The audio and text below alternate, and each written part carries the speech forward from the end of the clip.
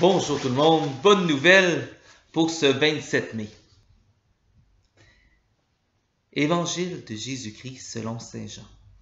En ce temps-là, Jésus disait à ses disciples, « Quand viendra le défenseur, que je vous enverrai d'auprès du Père, lui, l'Esprit de vérité, qui procède du Père, il rendra témoignage en ma faveur. Et vous aussi, vous allez rendre témoignage, car vous êtes avec moi depuis le commencement. Je vous parle ainsi pour que vous ne soyez pas scandalisés. On vous exclura des assemblées. Bien plus, l'heure vient où tous ceux qui vous tueront s'imagineront qu'ils rendent un culte à Dieu. Ils feront cela parce qu'ils n'ont connu ni le Père ni moi. Eh bien, voici pourquoi je vous dis cela.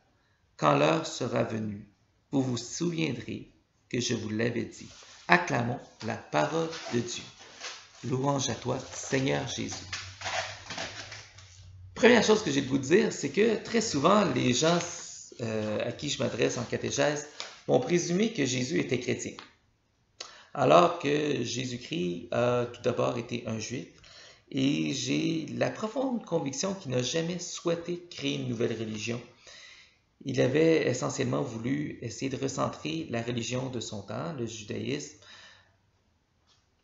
parce qu'ils s'étaient donné tellement de règles, de rites, qu'ils en avaient fini par perdre l'être humain de vue à travers tout cela. Et je pense que s'il y avait quelque chose d'éminemment sacré pour le Christ, c'est avant tout l'être humain. Pourquoi je dis ça? C'est à cause de cette petite phrase. On vous exclura des assemblées. Comment le christianisme est né? C'est avant tout par rejet des Juifs.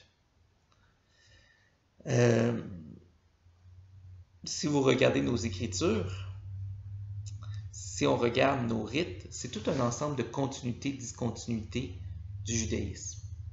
On prend la Bible, 73 livres au total, 46 que nous avons au fond en commun avec les Juifs, à peine 27 qui nous distinguent.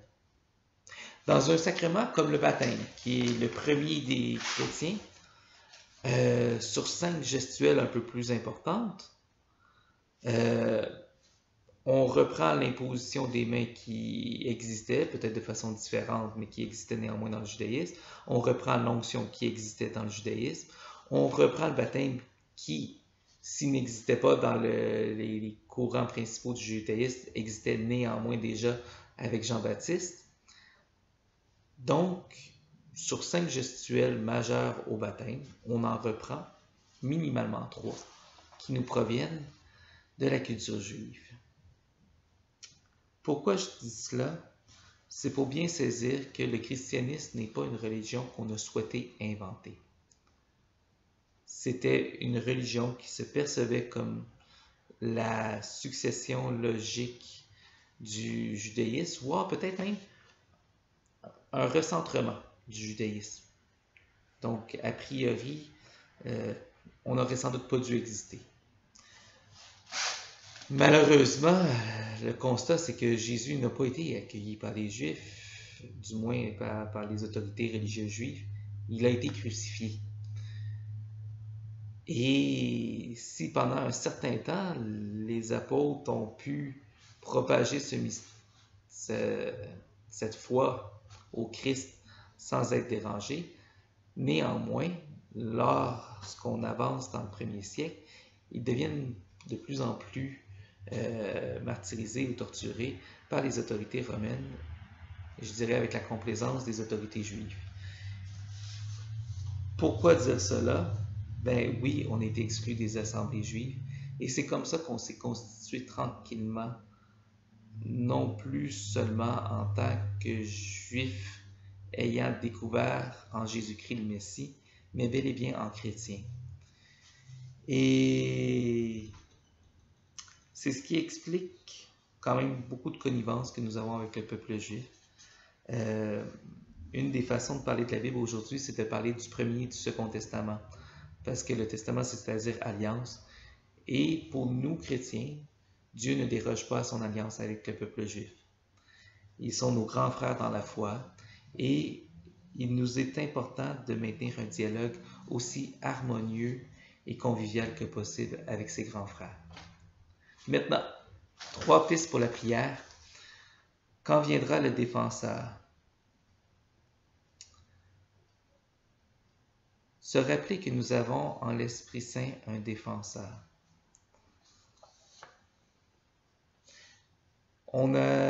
Je suis convaincu que dans vos vies, il y a parfois des conflits ou des personnes conflictuelles. Osez demander à l'Esprit Saint d'être présent, d'être notre défenseur et celui de notre interlocuteur, pour que tous puissent ressortir d'une discussion en se sentant néanmoins aimés et respectés. Deuxième piste pour la prière, l'esprit de vérité. Prendre le temps de simplement contempler Dieu, contempler l'Esprit Saint, en demandant à Dieu de nous enseigner par son esprit de vérité. Troisième, et vous aussi, vous allez rendre témoignage. Je vous mets au défi d'essayer de vous trouver un groupe de prière, un groupe de partage, votre cellule de Cursillo. Et d'autant que possible, préparer un témoignage en pensant à ces gens-là. Si on n'ose pas déjà témoigner devant nos frères et sœurs qui sont convaincus en Jésus-Christ, comment pourrons-nous espérer oser avoir une telle parole dans un monde où la proposition du Christ n'est qu'une proposition parmi une multitude de propositions religieuses ou philosophiques? Alors, voilà. En vous souhaitant une bonne prière, une belle journée et un heureux temps pascal, au plaisir.